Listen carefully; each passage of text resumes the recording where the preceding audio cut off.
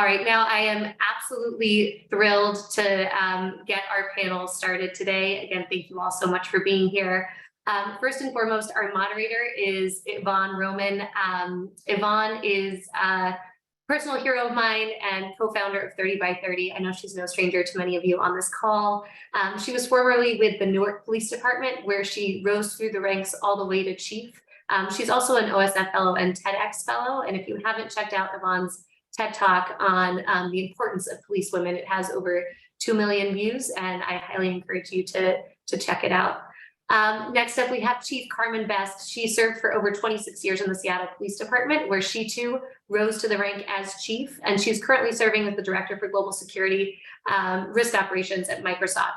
I should say too, all of these women's bios are like 10 pages long, but I'm just giving you the top lines because I think you'll get a sense for their experience and their answer to these questions, but I didn't want to take the full hour introducing them. Next up, we have Kathy O'Toole, who's the first female commissioner of the Boston Police Department. She's an attorney and career police officer. She also served as the Massachusetts the director of the Massachusetts Public Safety Department, and is a founding partner of 21 CP, who I'm sure many of you have worked with before. Under Sheriff Sylvia Moore joined the Marin County Sheriff's Office last year as Under Sheriff. She has over 3 decades of law enforcement experience, most recently as the interim chief of the Napa Police Department and previously as the chief of Tempe. And then last but certainly not least, Sheriff Sue Rahr. She has over 40 years of law enforcement experience. She's the former sheriff of King County, Washington, and the former executive director of the Washington State Criminal Justice Training Commission. Most recently, we had the pleasure of actually joining Sue Rahr in some of her advocacy efforts in front of the Washington State Legislature, where she's really pushing for part-time options for peace officers in the state of Washington, which, as we know, is absolutely critical for supporting work-life balance and retaining women, particularly women who are mothers. All right, without further ado, it's my pleasure to turn things over to Ivonne Roman for the discussion. Thank you. Thank you, Mo, and thank you all for being here and being panelists with us. So many of you have motivated so many women in policing. So we're wondering what motivated you to become a police officer and what made you stay in the profession? We'll start off with Chief Best. Okay, I drew the short straw. That's okay. Hey, so coming into the policing profession, you'll probably hear this from others. It wasn't my lifelong passion. I decided that I wanted to try something new and different. I was literally working in accounting in Seattle, and went to the academy and tried out for the job, got hired. Didn't know if I'd be there past day 2, but I ended up staying 28 years and really loving and enjoying the profession completely, and so many rewarding and wonderful things. And you're going to hear great stories from all these women who I just absolutely admire. I'm floored even being on the same panel with you. I just adore these women. They're such pioneers and trailblazers and glass ceiling breakers right here with us. But I will say that I did enjoy so many aspects of policing and found it quite rewarding. And it kept me there for almost 3 decades. Thank you. And Commissioner O'Toole? Yeah, thanks, Farah. I just want to say, first of all, thanks to you, Ivonne, and thanks to Mo for your extraordinary leadership in this initiative. So I know we're so supportive of all you're doing, and hopefully we'll keep this conversation going for months and years to come. Yeah, I wish I could say there was something strategic about my decision. I actually took the police job on a dare. I was in law school at the time, attending law school at night, and friends of mine dared me to take the job when I was offered the opportunity. And I thought I'd stick with it for a year or 2, thinking it would be an interesting opportunity to experience the law from a different perspective, and stuck with it for over 40 years. So I wish I could say it was strategic. And then I worked in probably a dozen different leadership positions, and there was nothing strategic about that either.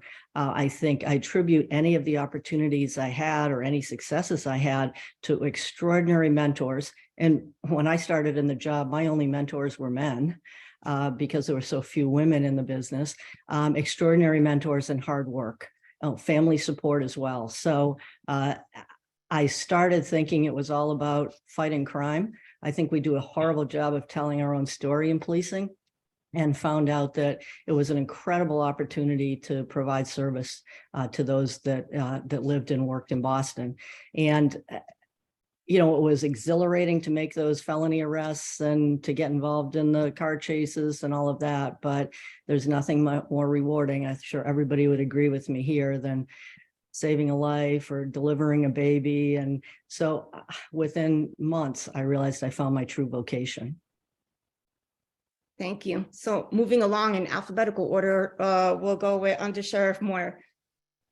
Thanks, Yvonne. Look, I came from a family of white collar folks. I had an uncle that was with the Oakland Police Department, but I had no idea that I was going to join policing until I went on a ride along with a Sacramento police officer, a female Sacramento police officer.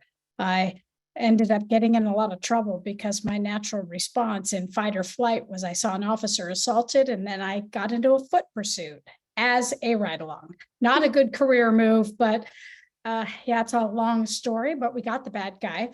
My ride along host officer and I had quite a conversation, but I recognized in her, in the way that policing was actually carried out, that we could be kind, compassionate, tough, gritty, do all the things that Commissioner O'Toole just talked about in terms of seeking felons and taking people to jail. But then we could also do those things that are not sexy or seen. And that is to comfort someone who just lost their spouse of 60 years, or the other things that are so rewarding, meaningful, and enriching as we served people.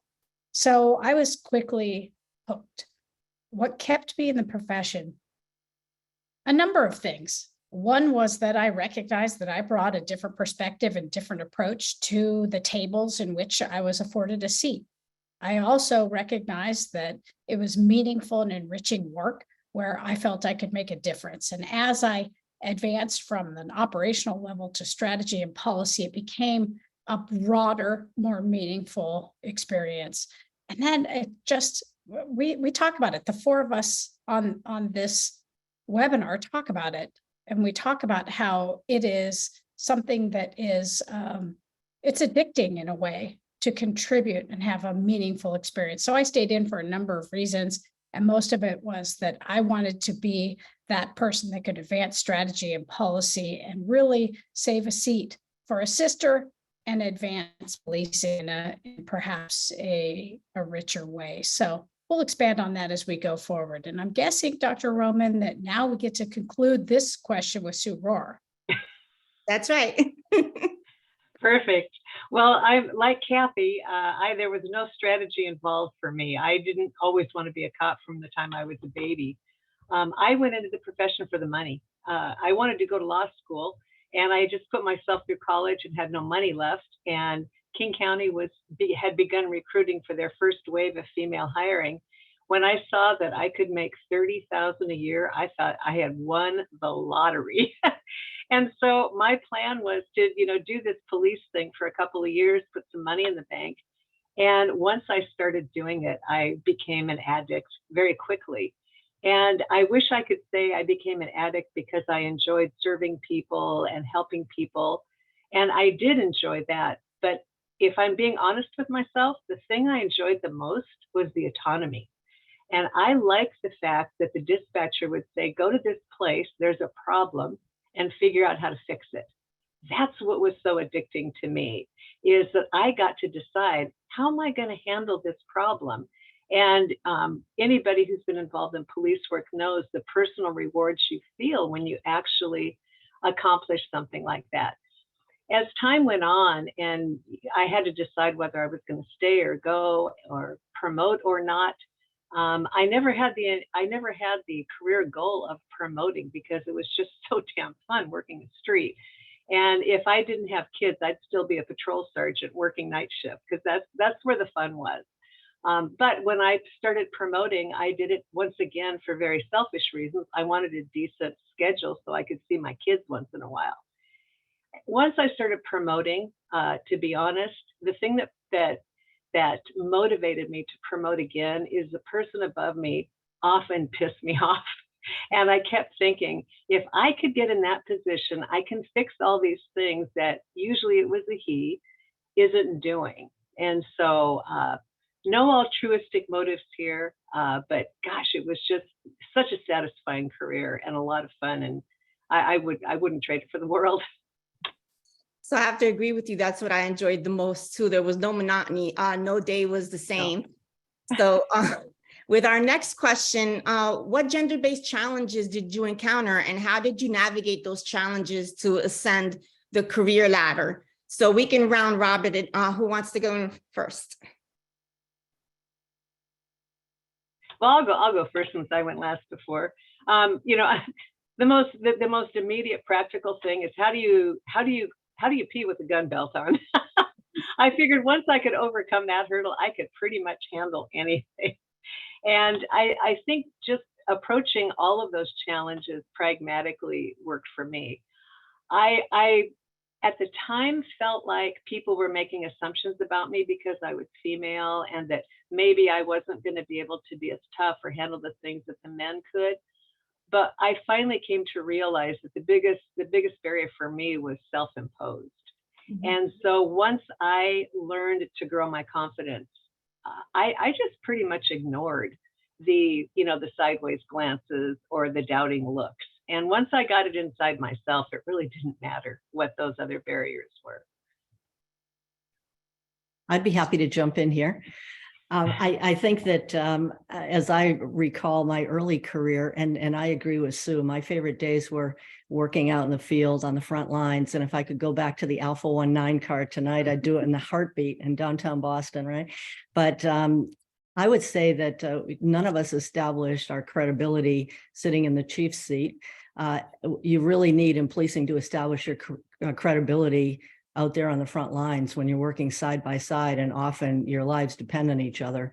So, and I'll always be appreciative for the support that I received from my male colleagues from very early in my career, to the partner I worked with in the Alpha 19 car, and then up to and including Bill Bratton, who was my mentor and boss for several years. And I remember when Bratton called me into his office, tapped me on the shoulder. I was only in my 30s at the time, and he wanted me to be one of his deputies.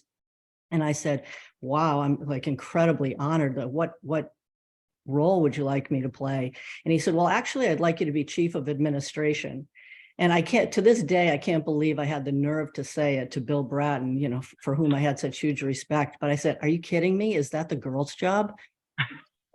And he laughed out loud and he said, no, wait a minute. He said, I think so many of us come up through the ranks, we're good cops, we're good detectives, but we need to learn about management and budgets and human resources and technology. And he said, I think if you get some exposure to these things, it'll make you a much better chief someday.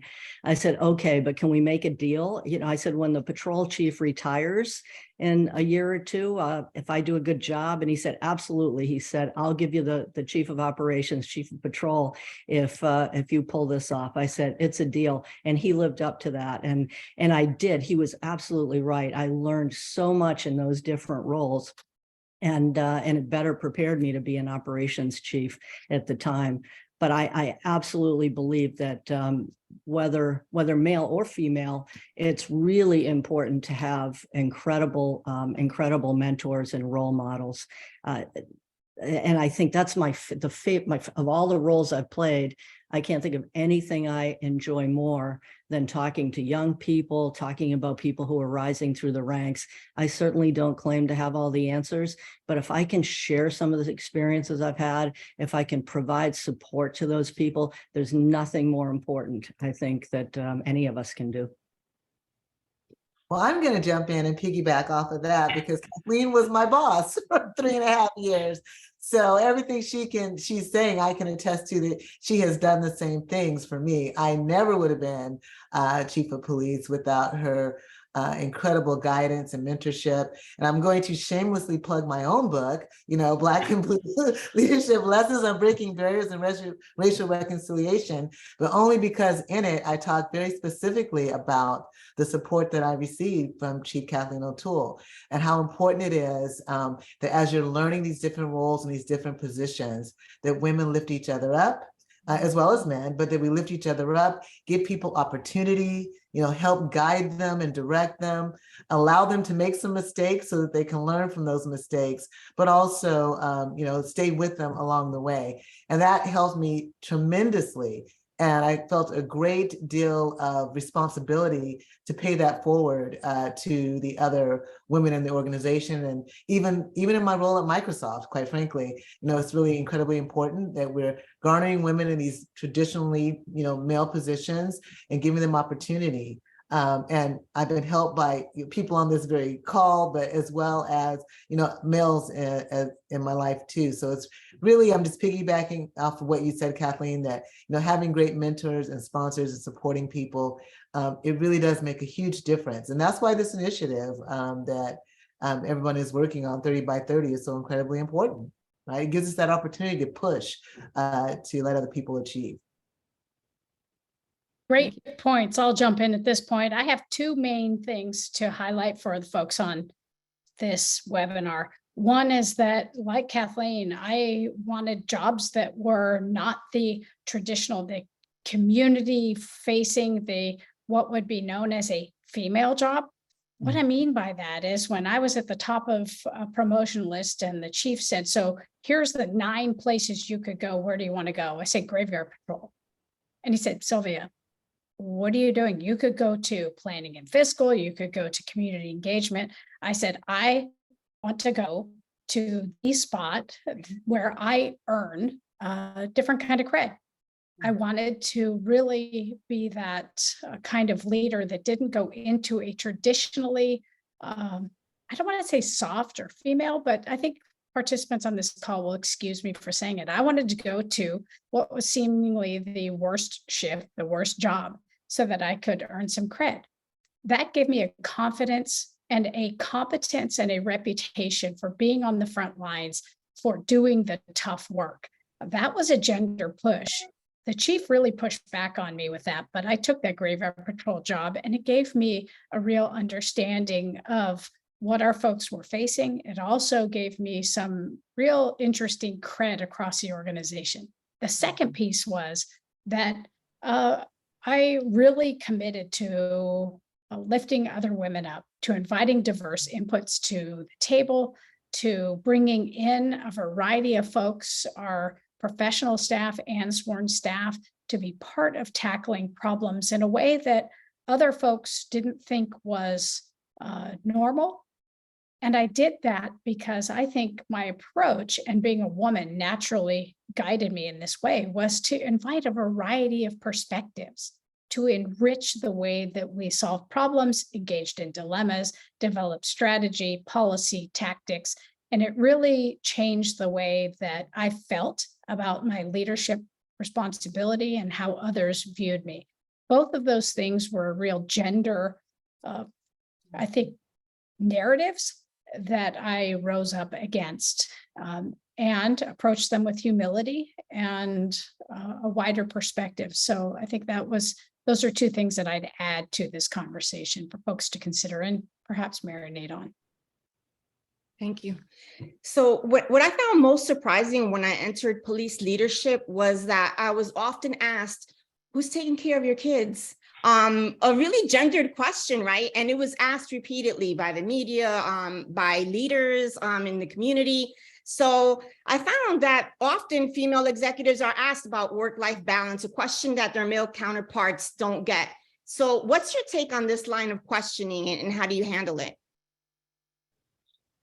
I'll start. I think it's more of a societal issue than a policing issue. I'll tell you that, because they ask that no matter what profession it is. If you go in this traditionally, male profession, well, who's taking care of your kids, or how are you balancing your work and your life, like as if it's some unique, magical thing that only women have to work through. But often, those roles have been traditionally, women traditionally take care of the home. And so we are, even Sue said earlier, she went for promotion because she wanted to have a better shift to be at home with her kids, so there is that factor, that thing that factors in. We are trying to balance those things, but it's all doable, right? it's all very doable, and it's all about prioritization. So my house is clean now, but I can guarantee you there were days it was a train wreck, but I didn't care, right? Because, that you have to prioritize what's important to you versus, what can get handled later.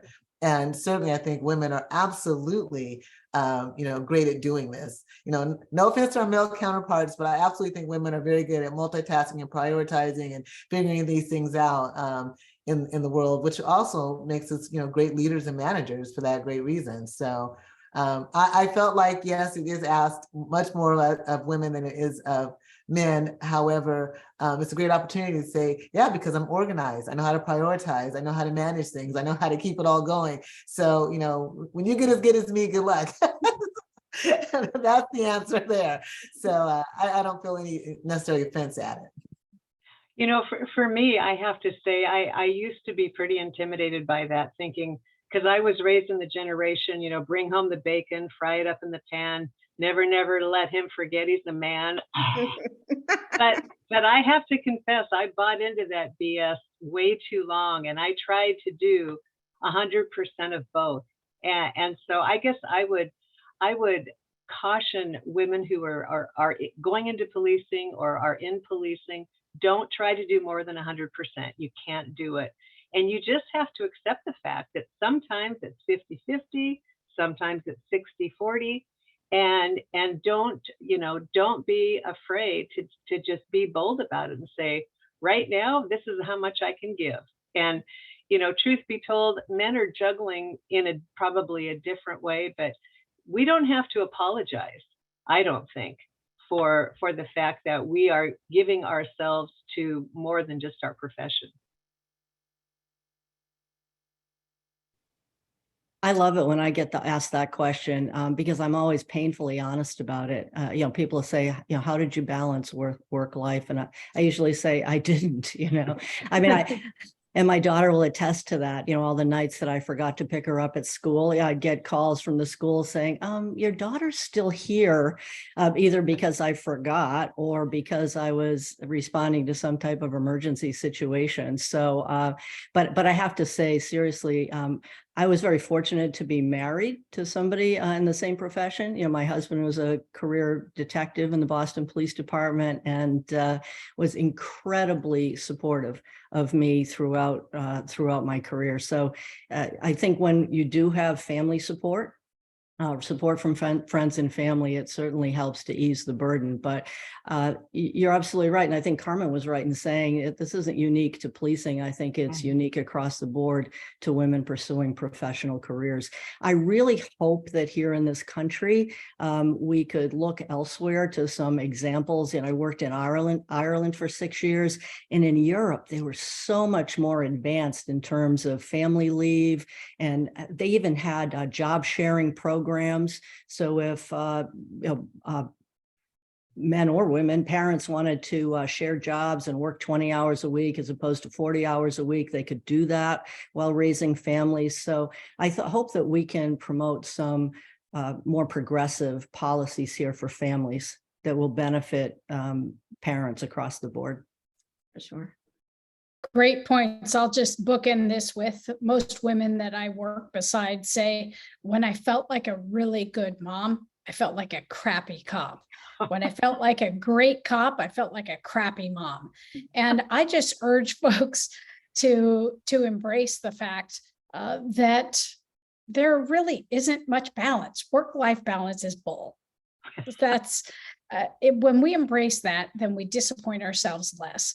And I just encourage folks to show up. If your family you're taking care of parents, you're taking care of a disabled sibling, kids, whatever that is, show up for yourself, give yourself grace. I always encourage, I would work holidays for folks so that they could be home because I didn't have kids running to open Christmas gifts or something like that. I really encourage us to be impeccable with our word, to support each other with the struggles that we're going through, and really cut ourselves some slack that we may not actually achieve balance in a traditional sense. I think it's a lot healthier for all of us. Thank you. So with the 30 by 30 initiative, we're trying to reach the goal of 30% by 2030, so we can reach that critical mass where women can impact the culture of policing.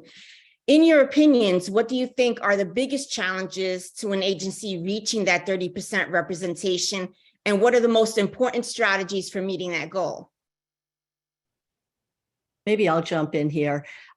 First of all, I think that it's a challenge, but I've seen it accomplished elsewhere. And again, I point to examples overseas.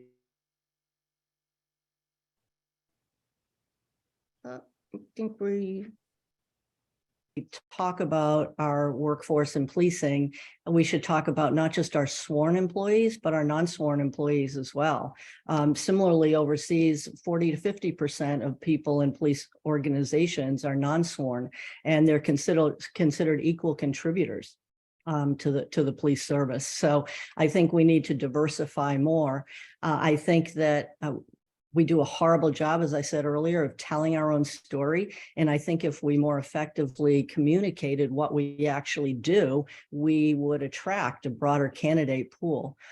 I also think it's really important to introduce young people to policing. And a few things that I've been able to do over the years in Boston, in the Boston Police Department, we had a cadet program where young people from the ages of 17 to 24 could come in and actually work paid positions in the police department and kind of get a sense for it. And, we tried to attract as diverse of a candidate pool as possible. In Seattle, we had an extraordinary exploring program. I ended up serving as the national chair of police exploring. And again, we were able to attract very diverse candidate pool. And I loved engaging with the young people who took that leap of faith and came into the police department and often provided a bridge between the police department and the neighborhoods they came from. And also partnering with academic institutions. In Seattle, we had extraordinary relationships with Seattle University, and they were able to designate graduate students and undergraduate students to programs where they work side by side with police officers and non-sworn staff in our organization. Many of them went on to pursue careers in the police service, whether it was in Boston, whether it was the exploring program in Seattle, or whether it was a Seattle University program. So I think that the more we can expose young people to policing at an early age, the better sense they get for it. And we need to tell our own story more effectively. I think the suggestion I have is less pragmatic and much harder to do. But we've got to change the culture of policing. There's lots of conversation about this in the national narrative right now.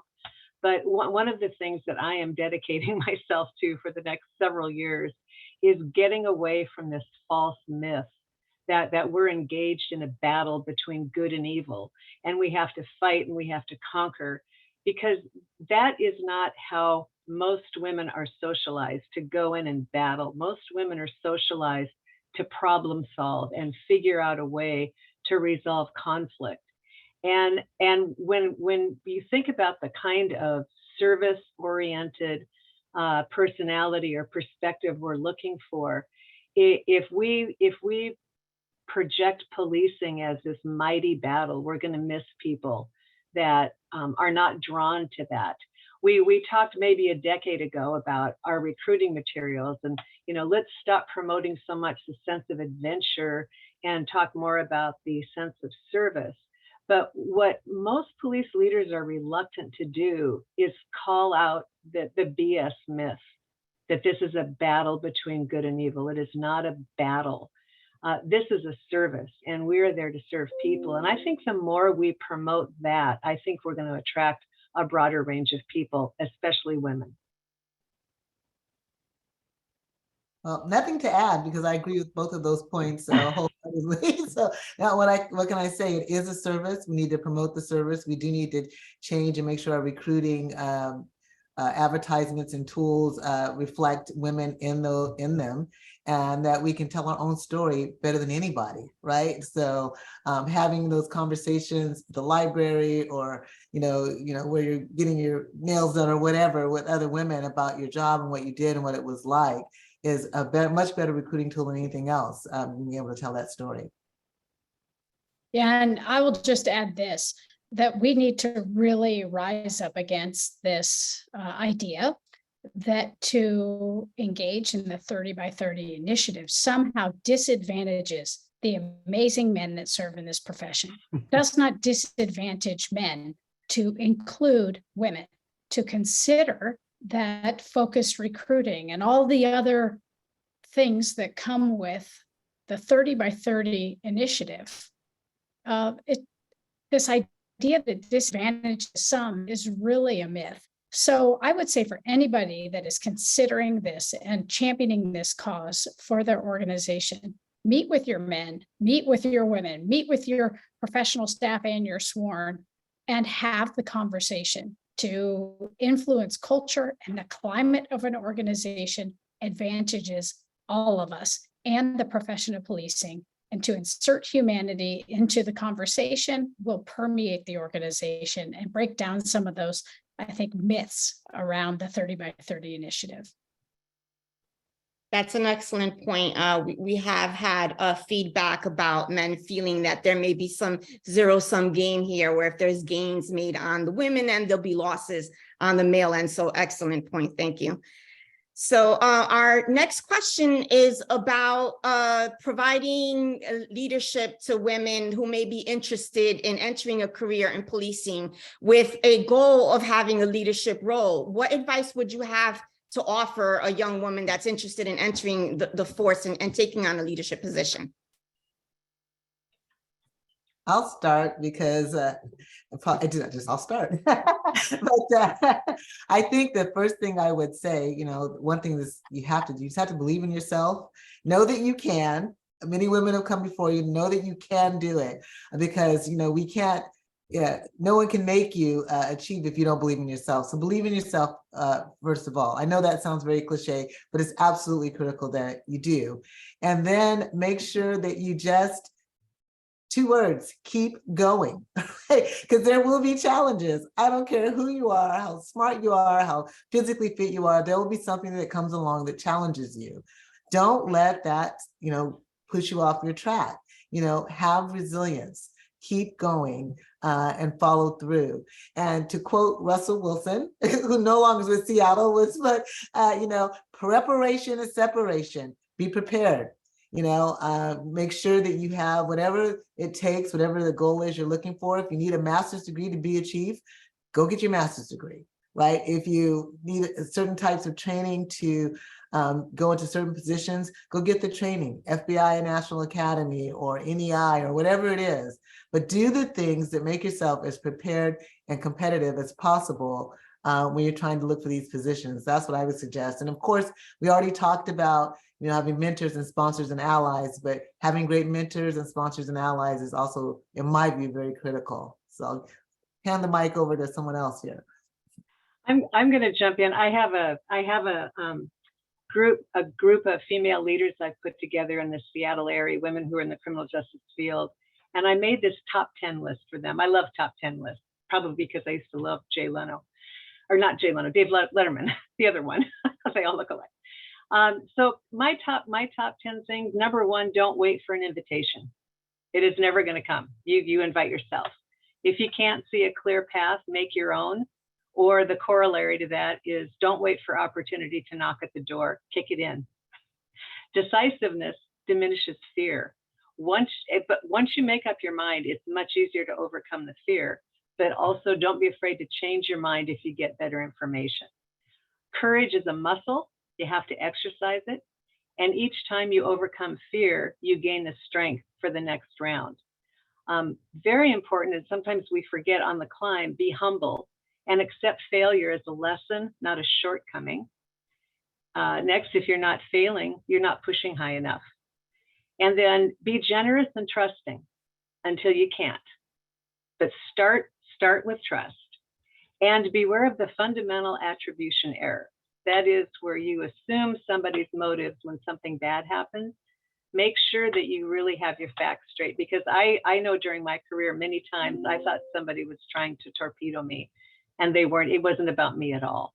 But I played that game in my head, and don't let yourself do that. So those are my top 10. Thank you. That's a tough list to follow, Sue, I'll say. I mean, I would agree with everything Sue and Carmen already said. But I'd be a little bit concerned about somebody who's joining and already thinking about going to the top, right?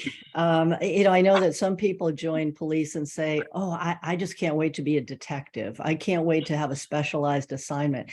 And I'll tell you, the people that I have the greatest respect for, and I mean this so sincerely, and I'm married to one of them, are people who are out there working on the front lines, who decide to dedicate their careers to doing that, who have no aspirations to promote because they love what they're doing. So I would encourage people to really get in, pay your dues, learn the job, establish relationships, and really engage authentically with your colleagues, with your community. And then, if you decide you want to pursue promotion, certainly, seek out great mentors and follow that path. But I would caution people who come in with that aspiration to make it to the top right away. I never had, again, I mentioned earlier, it was not strategic for me, but also my ascension through the ranks wasn't strategic either.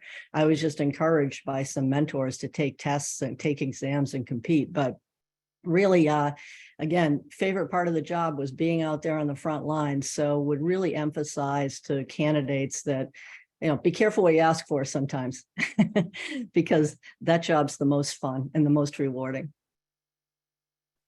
Yeah, and I'll add to this list that accept those jobs or seek those jobs that perhaps other people don't want. I consistently accepted a job or pursued a job that other people didn't want because I wanted to know why didn't they want that job. That was really important to me. And also, I did not follow traditional paths of education. So I never went to the National Academy. It really works for some people. I decided to do something different. And so that's where I sought to go to the Naval Postgraduate School and seek a different kind of education with a different kind of rigor. Also, reach out to women. I didn't do it really early in my career, and now I'm really making up for it. Sit beside those folks, those women that have different skills. And as my friend Kristen Zeman says, she says, fear is a liar. Don't be afraid. Fear is a liar. It'll talk you out of a whole bunch of things. And let's fix each other's crown, straighten each other's crown behind the scenes, and then never tell anybody that it was crooked. We have a new responsibility as women to really lift each other up, save a seat for a sister. Kathleen O'Toole gave me an opportunity I didn't even know would serve me well. And she brought it into perspective for me. She shined a light on it. She advocated for me. And it's been something where I can contribute nationally that's been rewarding and rigorous and tough. And she didn't have to do that. So I would say those are the things. And at the same time, I read the 4 agreements. The 4 agreements really has been kind of a rallying cry for me every single day to invest in myself, to show up in a way that not only serves myself and my reputation and my family name, but it serves other women in the profession. So that would be my contribution. And at the same time, I'd also say that we have to build our endurance. Investing in ourselves to have the intellectual, the physical, the psychological endurance to do this work and endure the rigors of the work is absolutely essential. So, Ivonne, I'm glad you asked this question because this can perhaps give the listeners a few little things to consider and to dive into based on the experience of all of us. And now I have to go create a top 10 list, Sue Rahr. It's a lot of pressure. Well, that's when you retire, you have time to do that stuff. I'm not responding to catastrophes like you are every other day. Ivonne, do you mind if I just add a bit to that? Because I really think that Sylvia, that others made a really good point. And that is, I think we've done a horrible job of investing in continuing professional development in policing. Most of our investment has been in recruit training and occasionally in service training, but most of the the professional development opportunities I had coming up through the ranks, I identified myself and often paid for myself because they weren't readily offered to me. I think there are a Right. lot more opportunities available now. And I think as leaders, we need to, again, identify those opportunities and provide those to the next generation of leaders. Yeah, and putting a pin in that, Kathleen O'Toole, if you are nope, if somebody says nope, and you really want to go, don't approach it as a victim. Find a way to make it happen without usurping the authority of the folks in your chain of command, right? But really seek out those opportunities that are unique to you, that enrich you and your service. And they may not be what other people are doing. But what a great point, Kathleen. Great point. Thank you for that. So similar to you, Sylvia, I also didn't go to the National Academy. I wasn't offered the opportunity to go. So I had to find different ways of developing myself professionally by, as you mentioned, Kathleen, paying for programs myself, identifying them. And also a lot of women don't have access to mentors because there aren't that many women in the top ranks. There's only 3% of female leadership. So one of the questions from our audience is, how can women seek mentorship when they work for agencies that there are few, if any, women in leadership? Reach out to Mo. Mo knows everybody. Mo's Rolodex is gold. Right. And go outside of your organization to connect with women and men who have develop themselves, that show up in a way, that have served in a way that might enrich you. And your mentors need to be unique to you. So reach outside perhaps from your organization. A good point. Get in touch with Mo. I think that's a great point. And I hope, I received an email from a guy who's working on a educational program. He's a police officer in California. I received an email the other day asking if I would be willing to speak with him as part of his research project. I was honored to do that. I mean, I can't think of anything more rewarding than giving back. Not claiming to have all the answers. I learned from him in that discussion. We talked for an hour and a half yesterday, and I really enjoyed our discussion. And so I would really encourage people not to hesitate to reach out to people that are potential role models or potential mentors. Sometimes it takes a bit of courage. I remember, reaching out to people throughout my career. Sometimes it took a bit of courage, but, I always got positive responses. And anytime somebody reaches out to me, I want to be there. And if I don't have the answers, I'll steer them in the direction of somebody who does. I think the other really important resource here is police professional organizations that are built to support women specifically. So NOLI does a great job, particularly in the state and local space. They've got some federal activities as well. And then also WIFL on the federal side, I think does a really great job of connecting people even beyond your region. Technology being what it is, it doesn't even matter if somebody's co-located, if they've got perspective that might be helpful to you. Yeah, it's really a really good. Go ahead, Kathleen. No, I'm sorry, Sylvia. I didn't mean to talk over you there, but I'm really pleased that Mo mentioned NOLI because it's a phenomenal organization. I think, Kim Craven and her team have done a wonderful job, and I see that organization progress and grow every year. Yeah, to the courage piece, it takes courage to reach out to someone you don't even know. I've recently met face-to-face 2 women that reached out to me that I didn't even know what they looked like. We connected. They told me what they needed in terms of career development and mentorship. We connected. And then like I said, I recently got to see what they look like. I think we all have a responsibility. It takes courage to reach out. It takes courage to say, to speak truth to what you need. And then those of us, I would also say, if you don't get a response on the first email or the first call, call back, because that person that you seek to connect with really wants to help. And it may have just gotten pushed down in an inbox. We have another question from the audience. So we talked about NOLI. The question is experiences with various law enforcement conferences and groups that may be out there. If there's any suggestions as to the ones that you shouldn't miss out on, for career development or personal development? Well, I would just say that I think they all have something to offer. We've heard about NOLI, there's the IAWP as well. There are other organizations, Noble. I really like going to the training there. If you did go to the academy, there's the NA training. And there's all sorts of other opportunities. There's the International Women's Forum, which isn't about policing, but I know Kathleen has been a part of that as well. Women from all over the world who are just looking to support other women and look at entrepreneurial prospects, as well as supporting women coming through below them. So there are great opportunities to join any of those organizations. They don't all have to be policing. Some of them, I've joined Women in Technology. I'm no technological expert, but I've certainly have learned a lot from the folks there. So lots of opportunity. We also have to give a nod to PERF, the Police Executive Research Forum, the National Policing Institute. These are places that are really committed to serving those of us in the profession. And then the California Police Chiefs Association has the Women Leaders in Law Enforcement Conference that is 1,600 folks that get together every year and dive into really rich programming. Connections are made there that it's incredible.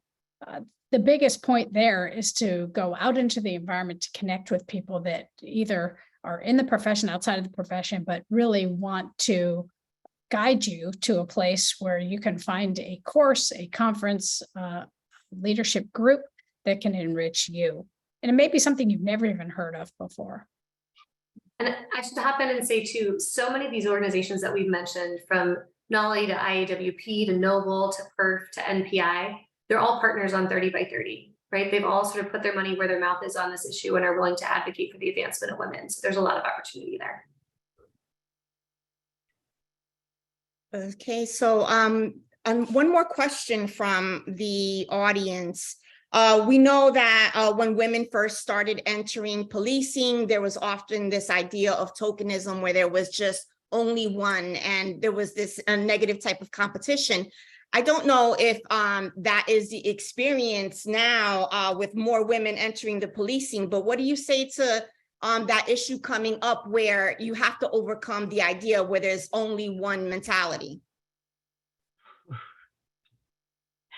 That's a tough one. I remember back, I started in the late 70s, and so affirmative action was just a very charged word, and I felt like I wanted to walk around wearing a sign that said, you know, I actually earned my hiring, I actually earned my promotion, and that was really hard to get over that. And I'm not sure, because that was such a long time ago when that all started, I don't know if that has ever really truly left. In fact, it feels like when I talk to people in the profession now, there's been a resurgence of that, you know, zero-sum game. If we give anybody a leg up or any assistance, it's as if it's taking away. But I'd be curious if other people have different experiences than that. I think it's still out there. I think it's still there too, Sue. I mean, in some cases, you know, you're dealing with one culture, and you've talked about that, but you're also dealing with individuals as a part of it as well. And so some people will make assumptions like, oh, you know, we've already got a gal here, why we get another gal? And you have to have people who are brave enough and courageous enough, as Sylvia was saying, to do it. When Kathleen was chief in Seattle, she made me a deputy chief. I think there were very few agencies, if any, around here who had for major cities who have both the number 1 and 2 positions filled by females. And I know people, you know, raise an eyebrow, but you have to be willing to, you know, be courageous enough to pick the person that you think is the best to do the job, male or female. It just isn't a case where there can only be one, right? And so we have to start, you know, pushing past that. And I think we also have to acknowledge it's not just a phenomenon inside law enforcement. We are such a reflection of the broader community. I felt many times during my career, honestly, that there was less bias inside the police agency than there was out in the community. When I was campaigning, when I ran for sheriff for 2 terms, I was appalled by some of the questions I got from the community. And frankly, the worst ones were from women, asking me, gee, what does your husband think about you running for sheriff? Or, the eternal question, where do you carry your gun? It's like, nobody asked Dave Reichert that when he was running for sheriff. And so I think we have to recognize that we exist inside of a broader culture.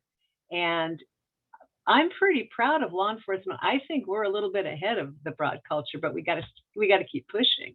And your point is so well taken, Carmen. When you and Kathy were both in the top ranks of SPD, it was hilarious to listen to some of the side comments. I know at the academy, when I was getting ready to retire from the academy, I brought in Monica Alexander, who is a Black woman, and Jarrell Wills, who is a Black man. And the top ranks of the police academy were all women and people of color. And people lost their minds. It's like, this was easy. These were the most qualified candidates. And it was really very telling watching the reactions of different people around the state.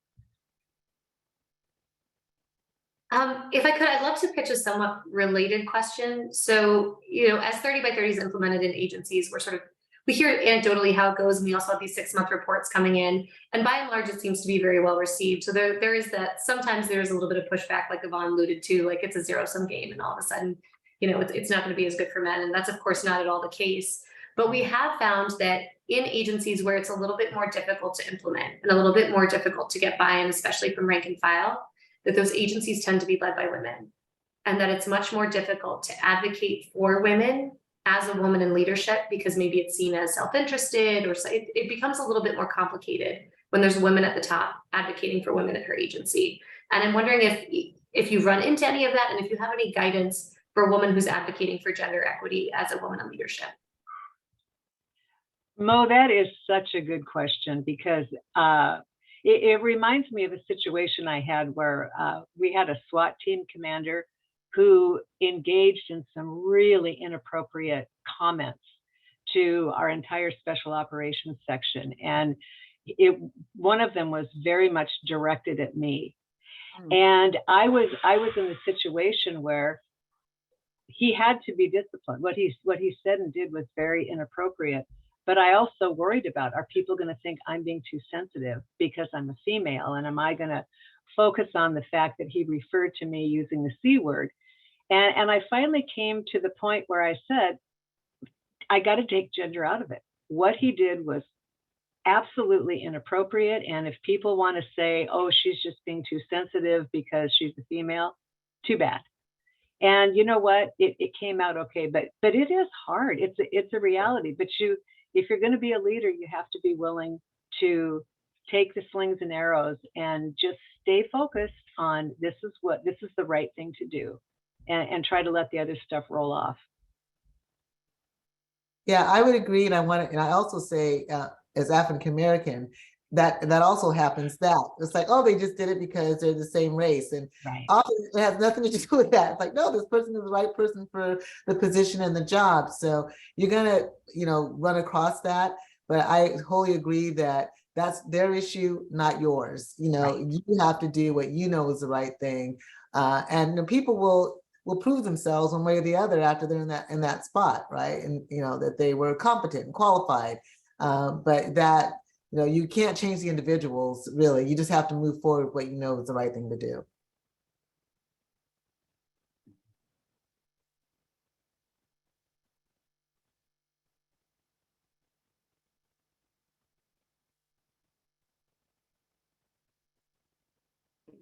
You're muted.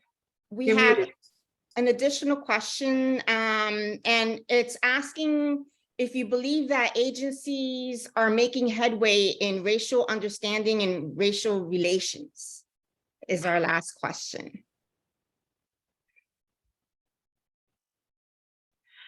Well, I've dived into this with both feet, and it is a slow slog. I feel, I feel like I should defer to Carmen. I don't want to be the middle-aged white woman who's speaking on behalf, but it's an issue that I've tackled, and I've been surprised at the level of pushback. Well, I think we've made great headway. I mean, when we look to where we were to where we are, we've definitely had amazing accomplishments. So many women and people of color are chiefs and have, done great things, or being awarded or rewarded for their heroic acts and whatnot. But at the same time, we also have these incidents that occur that just set us back. One huge horrible thing. If I say Rodney King, you all know what it is. If I say George Floyd, y'all know what it is. If I say, Ferguson, you know what I'm talking about. Breonna Taylor, these huge incidents that set the entire profession back, and we have to acknowledge when there are terrible things that happen, but also acknowledge the many good works and the many advancements that we're making. It's not one thing or the other thing. I mean, there's work to be done. There's work that has been done. And I think that's really important to point out. In this most recent incident, in Memphis, they're talking about the culture and this and that, it was terrible. But that doesn't mean you don't want to broad brush the whole profession, because some people were being, criminal, quite frankly. But, you have to, keep it in perspective as to what we have in the profession, and really be champions. If we really believe in the great work that we're doing and the great work of the women we want to bring in, we have to be champions for the profession, even while we acknowledge that there are challenges. I think we also have to work harder at educating our profession about the complete history of our country and the complete history of policing. Because until we confront what policing really started out as and how it's been used and how the criminal justice system has been used, and cops have kind of become the tool in some cases. And until our workforce acknowledges the complete history, we're going to continue to have people coming into a system and they don't even understand how the system is built and designed. So you have well-intentioned people coming into a system that's producing very disparate, unfair outcomes. And the individual officers are feeling attacked because of the disparate outcomes. We have to deal with how the system is set up and take the focus off individual officers and address the systemic problems. I think we've come a long way, but there's certainly lots of work to be done going forward. But I can't overstate the importance of authentic engagement. And as police leaders, I think we've tried to do this, but I would encourage those of you attending today who are the future leaders in policing, to really emphasize the importance of getting out. And this is internal and external. I spend very little time, Carmen can attest to this, sitting behind my desk at police headquarters, and was constantly out in the field, engaging with cops on the front lines. Used to go to general membership meetings, used to go to e-board meetings of the unions, communicated a lot with our union leadership, and then went out and spent an equal amount of time in the community, really listening carefully, not speaking to people, not giving lectures, but listening carefully to people. And they helped inform my work and our organization's work. And I think we can model that behavior so that we get people at all ranks of our organizations engaging with the community. I've had so many powerful experiences. I remember as a young cop in Boston, we were integrating the housing projects. And at the time, I was sent with a shotgun that I didn't even know how to operate, to stand outside of the door of a young Black family who had just been moved into a particular housing development. So I was standing there with a shotgun, and all the kids in the neighborhood are looking at me like, well, what's she going to do with that? I had no idea. But 3 days later, I put the shotgun in my gun belt in the back of the car, and I was over shooting hoops with the kids in the neighborhood, playing basketball with them, and established relationships with people in that community that I never imagined I would have. And those relationships really paid off, not only for the police department but for that community. So, I mean, that was as a young cop. And then, you think of, when I was serving as a police chief, I had similar experiences. when we had a high profile incident in Seattle, if we had an officer involved shooting, I had community leaders on speed dial, and I would call up and immediately give them all the facts available to me. You have to be transparent. You have to share as much information, for better or for worse. I say, when there's a crisis, stand up, tell the truth, take responsibility, even apologize if appropriate. Just be honest with the community, and people will genuinely appreciate that. And it really enhances trust, community trust. So I think it's really up on a grassroots level. It's up to each individual police organization and each individual police leader to establish those relationships at the community level. It's not something that's going to be dictated top down by the U.S. Department of Justice or any central organization. It has to be done at the grassroots level in the community. And can I just co-sign? Yeah. I know we're out of time, but I want to co-sign that how many times I've heard Kathleen O'Toole sit down at a meeting with the union or with the community and say, I'm here to listen.